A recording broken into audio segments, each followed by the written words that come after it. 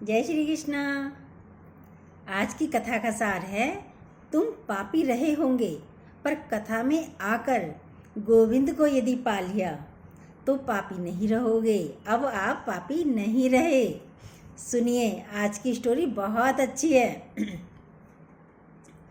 पकड़ते हैं फिर छोड़ते नहीं हैं गोविंद हमारे, ठाकुर जी हमारे। खूब रोई पूतना मौसी, भगवान ने नहीं छोड़ा। भागी भागी मथुरा की तरफ जाने लगी। भगवान ने सोचा ज़्यादा दूर आ गए, सोई भगवान ने एक झटके से पूतना मौसी के प्राणों को खींच लिया। विशालकाय शरीर लेकर 6 कोस का शरीर था पूतना का। 6 कोस का शरीर लेकर पूतना मौसी पृथ्वी पर गिरी धड़ाम से, और गोविंदाय नमो नमो हो गया उसका। भगवान ने मौसी जी को कर दिया स्वाहा। कैसे? सुनिए। भगवान ने पूतना मौसी का वध किया और पूतना मौसी के ऊपर ही भगवान खेलने लगे। विशाल काय शरीर था, बहुत बड़ा। भगवान जी छोटे से ठाकुर जी वो खेलने लगे। इधर यशोदा मैया ने देखा कि ठाकुर जी नहीं है तो रोने लगे। कब रोए भगवान जी? जब देखा यशोदा मैया हमारी तरफ आ रही हैं। अभी तक तो खेल ऐसी कूद रहे थे, मार रहे थे, लेकिन जैसे ही यशोदा मैया को आते हुए देखा ठाकुर जी ने, मैया को देखते ही ठाकुर जी रोने लगे। जगह जगह देखा पर भगवान नहीं मिले थे उन्हें। तो यशोदा मैया को छोटे छोटे बच्चों ने आकर बताया कि कन्हैया तो वहां पर एक भारी शरीर के ऊपर कन्हैया लेटे हैं। भागी भागी यशोदा मैया गई, जाकर के ठाकुर जी को देखा। पहले तो गोविंद भगवान हंस रहे थे उसके ऊपर, और जैसे ही मैया को देखा आते हुए तभी जोर जोर से रोने लगे ठाकुर जी। माता जी को देखकर मैया ने गोद में उठा लिया। गाय की पूंछ से मैया झाड़ा लगाने लगी ठाकुर जी के ऊपर। हे नारायण, भगवान हमारे कन्हैया की रक्षा करो। मैया बोलती है, हे नारायण, मेरे कन्हैया की रक्षा करो। ठाकुर जी मन ही मन हंसे। जय हो मैया, हमारे नाम से हमको ही झाड़ा लगा रही हो। पूतना मौसी तो मर गई। यशोदा मैया और सब गोप ग्वाले सोचने लगे कि भैया एक बात तो बताओ, इतनी बड़ी राक्षसनी मरी कैसे होगी? सब सोच रहे हैं, ग्वाल वाले सब सोच रहे हैं इतनी बड़ी राक्षसनी कैसे मरी होगी। सब अपने अपने विचार प्रकट करने लगे। कोई बोला सांस रुक गया होगा, कोई बोला हार्ट अटैक हो गया होगा, किसी ने कहा ब्रेन हेमरेज हो गया होगा, और पर कोई निष्कर्ष निकल नहीं पाया किसी की बातों से कि भाई ये हुआ होगा। ये निष्कर्ष नहीं निकला। छोटे छोटे ग्वाले बोले, मैया हम बताएं कैसे मरी होगी? बताओ लाला, कैसे मरी होगी ये पूतना? मैया ये अपने लाला को लेकर जा रही होगी।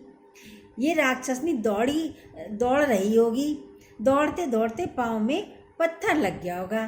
बच्चे ग्वाले बोले, तो झटका लगा और गिर गई होगी और उससे मर गई होगी। यशोदा मैया कान पकड़कर बोली, इतनी भारी राक्षसनी केवल चट्टान लगने से ही नहीं मरी होगी, कोई और कारण होगा, ठोकर लगने से भी नहीं मरी होगी। इतने में नंद बाबा आ गए।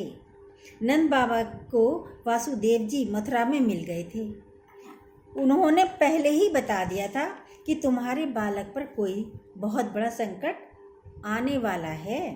तो नंद बाबा हनुमान जी का सुमिरन करते आए। अब नंद बाबा आए तो नंद बाबा को ब्रजवासियों ने बताया कि बाबा देखो, भारी राक्षसनी मर गई। अपने लाला को लेकर जा रही थी, ये मर गई, पर ये नहीं पता मरी कैसे।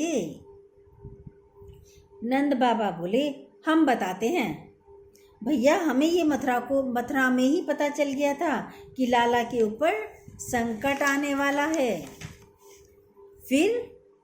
फिर क्या? हमने वहीं से हनुमान जी का नाम लेना शुरू कर दिया। नंद बाबा बोले, ये राक्षसनी हमारे लाला को लेकर जा रही होगी। हनुमान जी को नहीं, हनुमान जी उससे देखा नहीं गया होगा, तो हनुमान जी ने एक मुक्का मार दिया होगा इसके राक्षसनी के, जिससे पूतना मर गई होगी। ठीक कह रहे हो बाबा, सब बोले, ऐसे ही मरी होगी पूतना। अब पूतना मौसी को काटा गया, बहुत बड़ी थी, विशाल थी, जितने पेड़ पौधे गिरने पर चकनाचूर हो गए थे उन्हीं को डालकर जलाया गया। तो एक चमत्कार हुआ, सुनिए। शरीर से चंदन जैसी खुशबू निकली, वरना शरीर जलता है तो उसमें से दुर्गंध आती है आमतौर पर। लेकिन पूतना मौसी के शरीर से चंदन की खुशबू निकली। इसका कारण क्या है? ये तो राक्षसनी है। तो किसी ने बहुत अच्छा जवाब दिया, राक्षसनी थी, लेकिन भगवान का स्पर्श पाते ही ये भी पुण्यात्मा बन गई। देखो, इस बात का सार यह है, तुम पापी रहे होंगे, पर कथा में आकर गोविंद को पा लिया तो अब पापी नहीं रहे। हम भी कथा जब सुनते हैं, गोविंद को पा लिया तो पापी नहीं रहे, चाहे कितने ही बुरे कर्म किए हों। आप सुधरते जाओ, अब सही चलो, क्योंकि गोविंद का नाम पापहर है। भगवान किसी के अवगुण नहीं देखते। भगवान के सामने जाने वाले भक्त के भगवान गुण देखते हैं। भगवान के सामने जो भक्त आते हैं, भगवान उनके गुणों को देखते हैं। भाई, इतना बड़ा बनाया है, हर व्यक्ति में कोई ना कोई तो गुण है। हम लोग क्या करते हैं? अवगुण देखते हैं, ये कमी, ये कमी, ये कमी। कभी बैठकर विचार करो, उसमें कोई तो गुण होगा। आप सिर्फ अवगुण देखते हो। अब से अवगुण मत देखिए। अवगुण देखने से हमारी निगाहें खराब हो जाती हैं, मन में भी बुरी बातें आती हैं। तो गुणों को देखिए। सामने वाले को भी भगवान ने तो अपने हाथ से बनाया है, तो भगवान किसी में अवगुण कैसे डाल सकता है? वो हमारे कारण ही क्रोधित हो रहा है, हमारे कारण ही द्वेष में आ रहा है। अपनी आदत बदलिए तो सामने वाला भी पूर्ण भगवान नजर आएगा। तो भगवान क्या देखते हैं? हमारे गुणों को देखते हैं। यदि हमारे अवगुण देखते तो हमें प्यार ना किया होता भगवान ने। सही है ना बात? लेकिन इसका मतलब ये नहीं है कि तुम पाप ही करते रहो। इसका मतलब ये भी नहीं है कि भगवान गुणों को देखते हैं तो आप पाप करते रहो, गलत बोलते रहो, क्रोध करते रहो, और भगवान के आप अच्छे काम करते रहो, भगवान के दर पर जाते रहो, भगवान की कथा सुनते रहो। भगवान कृपा कर देंगे एक दिन। भगवान के दर पर जाओ और पाप मत करो। लेकिन भगवान उन पर मिट्टी डाल देते हैं। एक संत जी कहते हैं, जुड़ गए तो मुड़ो मत, और फिर मुड़ गए तो उड़ो मत। जुड़ गए, भगवान से जुड़ गए, भगवान की संतों से जुड़ गए, तो अब मुड़कर पीछे मत देखो। और मुड़ गए तो उड़ो मत कि मुझे तो बहुत बड़े संत मिल गए। अहंकार आ गया। अहंकार तो रावण का भी नहीं रहा। उड़ना मतलब अहंकारी होना। अहंकारी मत बनो, उड़ो मत। भगवान अवगुण नहीं देखते। क्या देखते हैं? न जाने कौन कौन से गुण पर दयानिधि रीझ जाते हैं। यही सब ग्रंथ कहते हैं, यही सब वेद गाते हैं। एक साधु कहते थे, हंसते रहो, हंसाते रहो, ये पाप का घर है, आते जाते रहो। पाप का घर तो नहीं है तो मंदिर। पाप का घर हमने बनाया है। तो पाप मत करो, अच्छी आदतें डालो अंदर। यदि खराब भी हैं कोई बात नहीं, चेंज करते जाओ। जैसे चाय की आदत है, चाय छोड़नी है तो उसकी जगह दूसरी चीज़ लेनी होती है। कॉफ़ी पीने की आदत डाल लो, दूध पीने की आदत डाल लो, तो चाय की आदत छूट जाएगी। सुनिए, कृपा की जो न होती आदत तुम्हारी, तो सुनी ही रहती अदालत तुम्हारी। न हम होते मुजरिम, न तुम होते हाकिम, न घर घर में होती इबादत तुम्हारी, कृपा की जो न होती आदत तुम्हारी, तो सुनी ही रहती अदालत तुम्हारी। गरीबों की दुनिया है आबाद तुमसे, गरीबों से है बादशाहत तुम्हारी। तुम्हारी ही उल्फत के द्वार, तुम्हारी ही उल्फत के द्रग बिंदु हैं ये, तुम्हें सौंपती है अमानत तुम्हारी।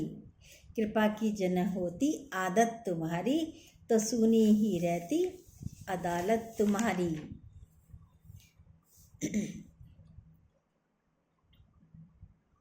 भगवान पूतना मौसी पर कैसे रीझे, कैसे रीझे, सुनिए जरा सुनो। बोले देखो मारने जरूर आई थी, पर काम तो माताजी वाला किया था उसने। कैसे? स्तनपान कराया, जो माताजी ही कराती हैं। अब ये राक्षसनी नहीं रही, हमारी माताजी जैसी हो गई। जो गति यशोदा मैया को मिली, वही गति भगवान ने पूतना मौसी को भी दी। ये बात सिद्ध हो गई। कौन सी? न जाने कौन से गुण पर दयानिधि रीझ जाते हैं। अभी बोला ना पीछे, न जाने कौन से गुण पर दयानिधि रीझ जाते हैं। आप अच्छे चलते रहो बस, भगवान तो रीझ ही जाएंगे कभी ना कभी। आगे भगवान का नामकरण हुआ। रोहिणी नंदन का नाम रखा बलराम, गर्गाचार्य जी ने, और यशोदा नंदन का नाम अनेक बताए उन्होंने। कितने नाम बता दिए? कन्हैया, कान्हा, चित्तचोर, माखनचोर, मुरलीधर, मनोहर, नटवर, गोविंद, दामोदर, गोपाल, कृष्णा, मनमोहन, गिरधारी, बनवारी, अनेक नामों को बताया। तो मैया कहती है महाराज एक अच्छा सा नाम बताओ। तो अंत में कहा इनके अनेक नाम हैं, पर इनको लोग कृष्ण कहेंगे। कृष्ण का अर्थ क्या होता है? जो संसार को अपनी तरफ खींचता है, उसे कहते हैं कृष्ण। भगवान वासुदेव नंदन भी कहलाते हैं। भगवान वासुदेव नंदन कहलाते हैं, देवकी नंदन कहलाते हैं, यशोदा नंदन भी कहलाते हैं, और नंद नंदन भी कहलाते हैं। भगवान बड़े हुए, भगवान बाल लीला करने लगे। बचपन से ही नटखट रहे भगवान। गौशाला में जाते जब घुटनों चलते थे ठाकुर जी, तो छोटे छोटे गायों की, बछड़ों की पूंछ पकड़ लिया करते थे। और गाय के बछड़े खुले रहते थे, क्योंकि बछड़े भागते थे तो भगवान भी पूंछ पकड़कर घसीट जाते थे। और जैसे ही यशोदा मैया आती थी तो रोने लगते थे। यशोदा मैया कहती बड़े होकर के तुम्हें गैया ही चरानी है, पर बड़े तो हो जाओ अभी। धीरे धीरे समय बीता, भगवान और बड़े हुए। भगवान ने अपनी मंडली बना ली। किसकी? काहे की? बाल गोपाल की, चोर विद्या प्रचार मंडल। यहाँ पर कई लोगों का मत बहुत गलत रहता है। महाराज भगवान चोरी करें तो लीला, हम करें तो चोरी, और भगवान चोरी करें तो लीला। अधिकतर लोग ये व्यक्ति यही कहते हैं ना। देखिए भगवान किसी का माखन चुराने नहीं जाते थे। आप सुनिए, आज ये बहुत अच्छी बात बता रहे हैं। भगवान किसी का माखन चुराने नहीं जाते थे। जो गोपियां हैं वह हैं देवता। उन देवताओं का चित्त चुराने के लिए भगवान माखन के बहाने जाते थे, उनसे मिलने के लिए। अच्छा आप ही बताओ, किसी के घर में 9 लाख गैया हो, खूब माखन मिश्री हो, तो वो चोरी करने जाएगा क्या? बताइए, नहीं जाएगा ना। फिर भगवान ऐसा क्यों करते थे? भगवान तो माखन चुराने के बहाने गोपियों का दिल चुराते थे। गोपियां स्वयं चाहती थीं भगवान हमारे घर पर आएं। भगवान नहीं भी आते थे तो गोपियां झूठ मूठ की शिकायत लेकर के यशोदा मैया के पास पहुंच जाती थी। तो मैया डांटती थी तो गोपियां चेहरे का आभा मंडल देखती थी भगवान कृष्ण का। देखो प्रभु के ऊपर क्या बीत रही है। और भगवान भी यशोदा मैया के आगे ऐसे खड़े हो जाते थे जैसे कुछ जानते ही नहीं है। जैसे ही यशोदा मैया इधर उधर होती तो इशारे से कहते, रुक जा गोपी, तेरे घर पर ही न्योता है मेरा आज। पर एक नई नई गोपी ने भगवान की बड़ी शिकायत कर दी। गोपी तो चली गई शिकायत करके, और कान्हा ने कहा, रुक जा गोपी, कल आऊँगा तेरे पास। गोपी ने गोपी भी जानती थी ये सारा माखन खराब कर देता है। गोपी ने अपना सारा माखन अपने मायके भेज दिया, जरा सा भी नहीं रखा। भगवान गए, गोपी के घर पर माखन तो मिला नहीं, मटकी भी नहीं, एक मटकी नहीं मिली, जरा सा भी माखन नहीं मिला। वहाँ पर गोपी की ननंद सो रही थी, खाट पर उसकी लंबी चोटी भी लटक रही थी। सोचा माखन तो मिला नहीं, पर इसे मजा चखा के तो जरूर जाऊंगा, कुछ तो करना ही है इसके साथ। भगवान तो वैसे भी लीलाधर हैं।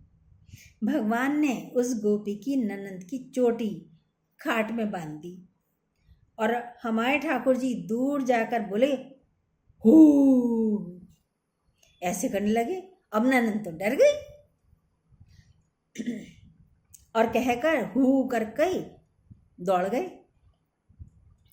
सोई हुई गोपी की नंद की आंखें खुली, और जैसे ही भागने लगी डर के मारे, तो खाट भी पीछे पीछे भागने लगी। खाट भी खिसकती हुई जा रही थी, चोटी बंधी थी।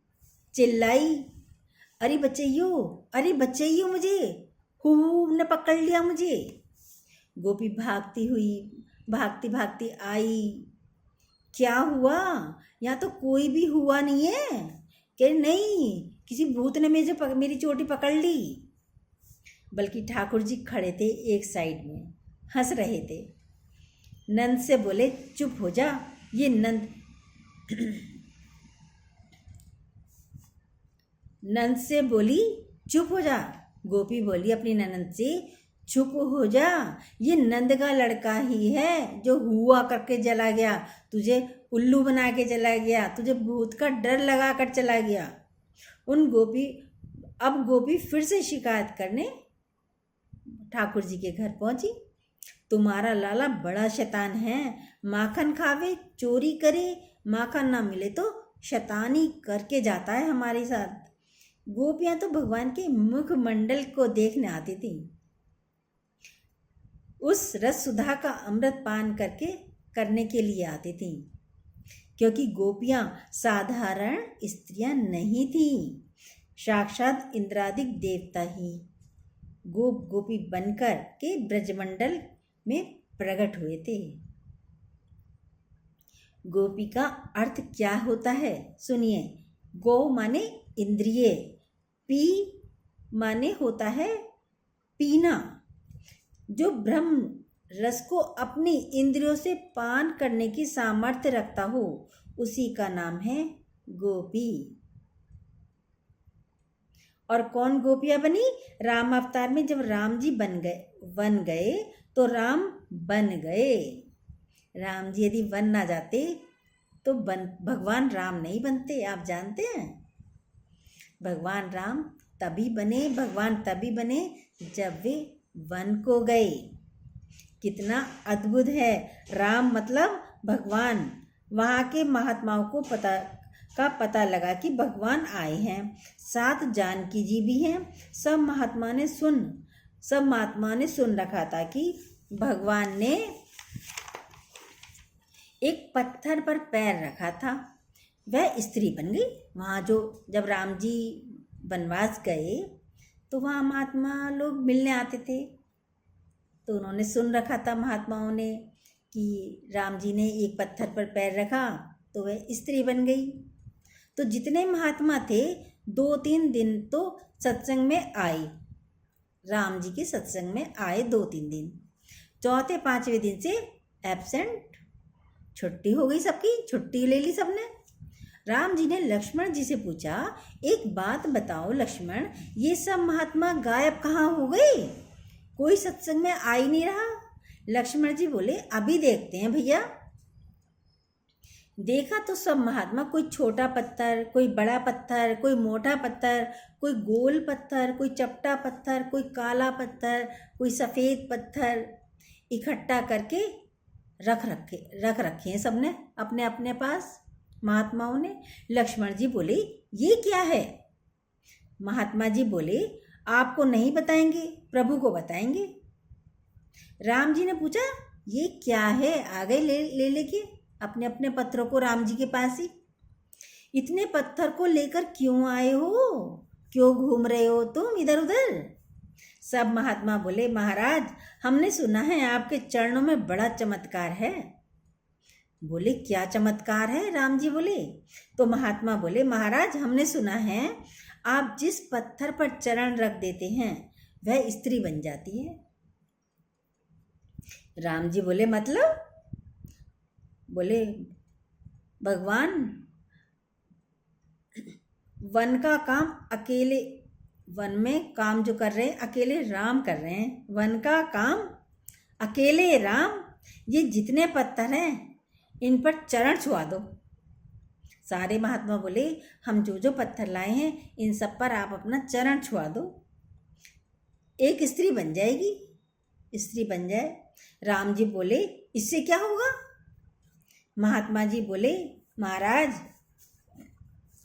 आपके भी साथ में है माता जी, हमारा भी घर बच जाएगा, घर में कोई प्रसाद बनाने वाला तो होगा, तो हम लोग भजन करेंगे और जो स्त्री बन जाएगी वो प्रसाद बना दिया करेंगी। राम जी बोले ये तो गड़बड़ हो गई, जानकी जी को साथ ले आए, ये तो गड़बड़ हो गई जो हम जानकी जी को अपने साथ ले आए, सब गृहस्थी होने चल रहे हैं। तो ये है राम कथा, साथ में पूतना की कथा। आपको कैसी लगी? और यदि अच्छी लगी हो तो प्लीज़ सब्सक्राइब कीजिए, जो बेल आती है उसको दोबारा प्रेस, जो न्यू हो वो लोग सब्सक्राइब कीजिए, और जो बेल आती हो उसको प्लीज़ दोबारा से प्रेस कीजिए, और अपने कमेंट भी दीजिए कैसी लगी हमारी कथा। हम जो बातें करते हैं आपको, आपके साथ कैसी लगती हैं आपको, और किसी विषय पे भी जानकारी लेना चाहते हो, किसी कथा के बारे में, तो ज़रूर हम कोशिश करेंगे। जय श्री कृष्णा।